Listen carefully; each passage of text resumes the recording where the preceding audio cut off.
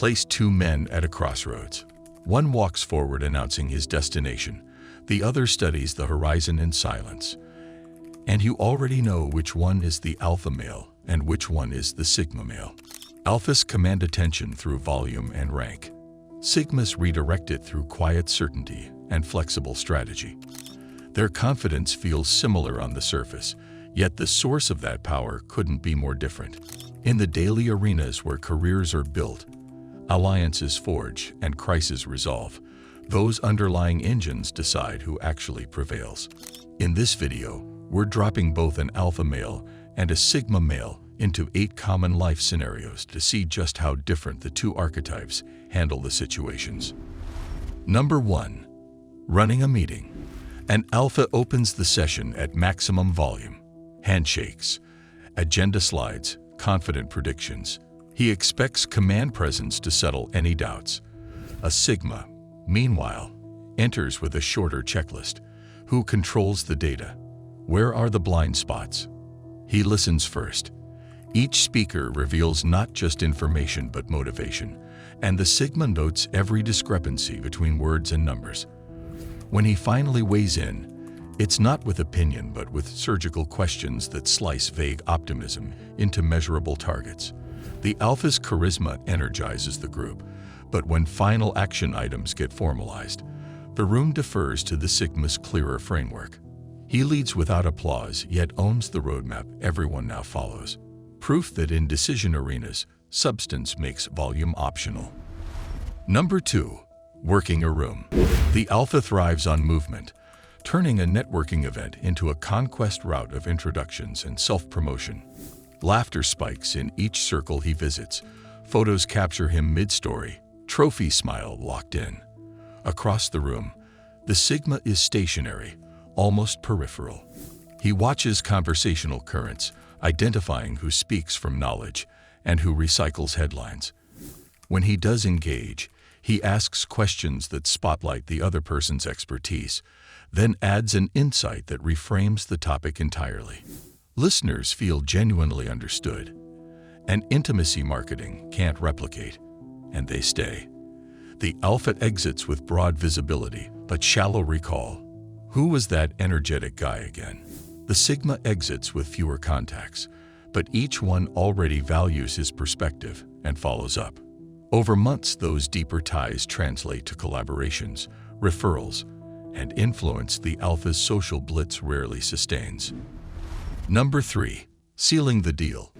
During negotiations, the alpha leans on classic pressure levers: artificial deadlines, oversized confidence, and the occasional name drop to reinforce status.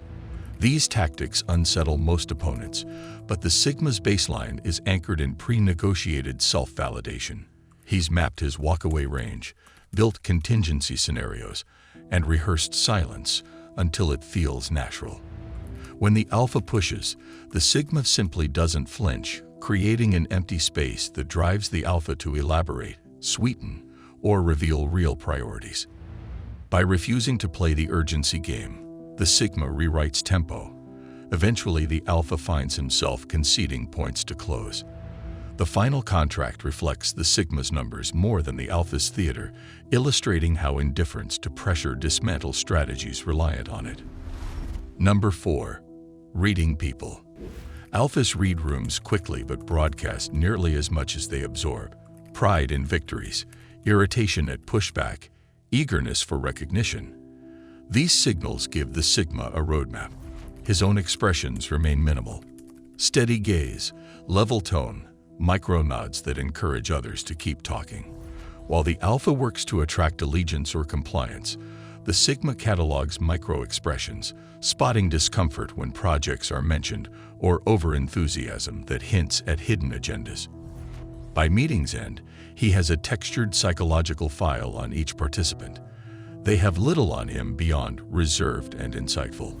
Next interaction, he can adjust language, incentives, or boundaries with surgical precision, holding an informational advantage the alpha inadvertently gifted him through visible ego cues.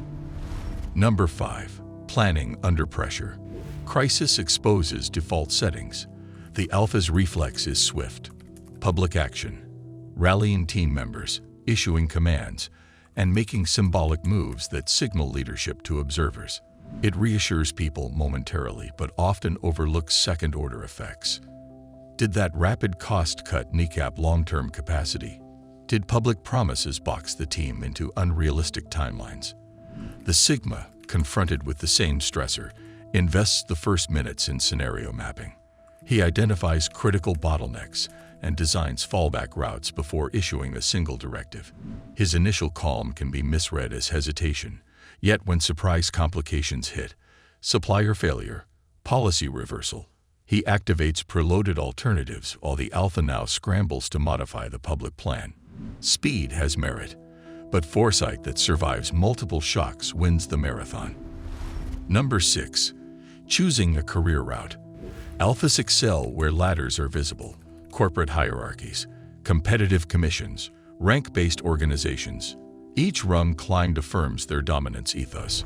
Sigmas treat ladders as optional furniture, helpful sometimes, restrictive often.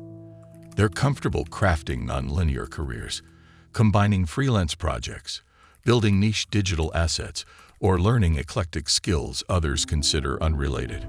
Early on, this looks scattered compared to the Alpha's straightforward ascent, yet the Sigma is quietly accumulating leverage, a diversified portfolio of competencies, income streams, and networks unbound to any single gatekeeper. When industry disruptions hit or economic cycles flip, the Alpha's single ladder can shake violently, while the Sigma's lattice of side routes remains stable or even thrives in the chaos. Number 7. Receiving criticism. When feedback challenges an Alpha's status hierarchy, defense mechanisms engage: justifications, counterattacks, or reframing the narrative to protect image. The energy goes into preserving external rank rather than extracting improvement from the critique. The Sigma's self-worth is decoupled from applause, allowing him to mine even hostile feedback for usable intel. He cross-checks it against his metrics. If it illuminates a gap, he patches the gap, quietly amplifying competence. If it's noise, he discards it without emotional cost. Over repeated iterations, the Sigma evolves at high velocity, while the Alpha maintains a polished shell that hides and perpetuates internal blind spots. Number 8. Solving complex problems.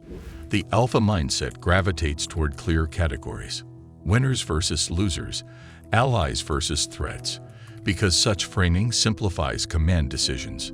Problems in the modern world, however, often sprawl across overlapping domains: tech, policy, psychology, ethics. These gray zones punish binary shortcuts with unintended consequences. The Sigma embraces ambiguity as data. He can hold conflicting possibilities, adjust probabilities as inputs shift, and pivot strategy without an identity crisis. While the Alpha rallies troops around certainty that may age poorly, the Sigma steers through fog, updating his map continuously. In multidisciplinary arenas, startups, policy think tanks, global supply chains, the ability to ride nuance turns into sustained advantage. The crowd may first cheer the Alpha's confident proclamation, but over time they see the Sigma's flexible models quietly outmaneuver simplistic playbooks. Across leadership rooms, social spaces, negotiations, crises, and career design, two operating systems meet different kinds of stress. The Alpha's toolkit of visible dominance shines where structures are stable and quick consensus counts most. Yet as soon as variables multiply, hidden motives, cascading risks, rapid industry shifts, the Sigma's quiet architecture of self-governance, adaptive planning, and informational asymmetry starts stacking wins. Loud confidence isn't irrelevant, but confidence rooted in internal calibration, nuanced reading, and strategic patience tends to last longer than the applause that crowns it.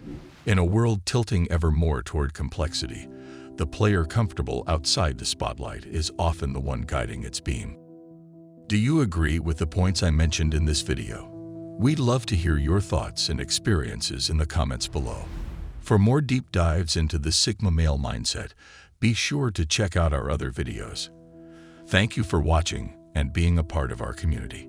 If you're ready to continue your journey toward achieving greatness, hit the like button and subscribe so you won't miss out on future videos. Click here to see 8 signs you're not a Sigma male.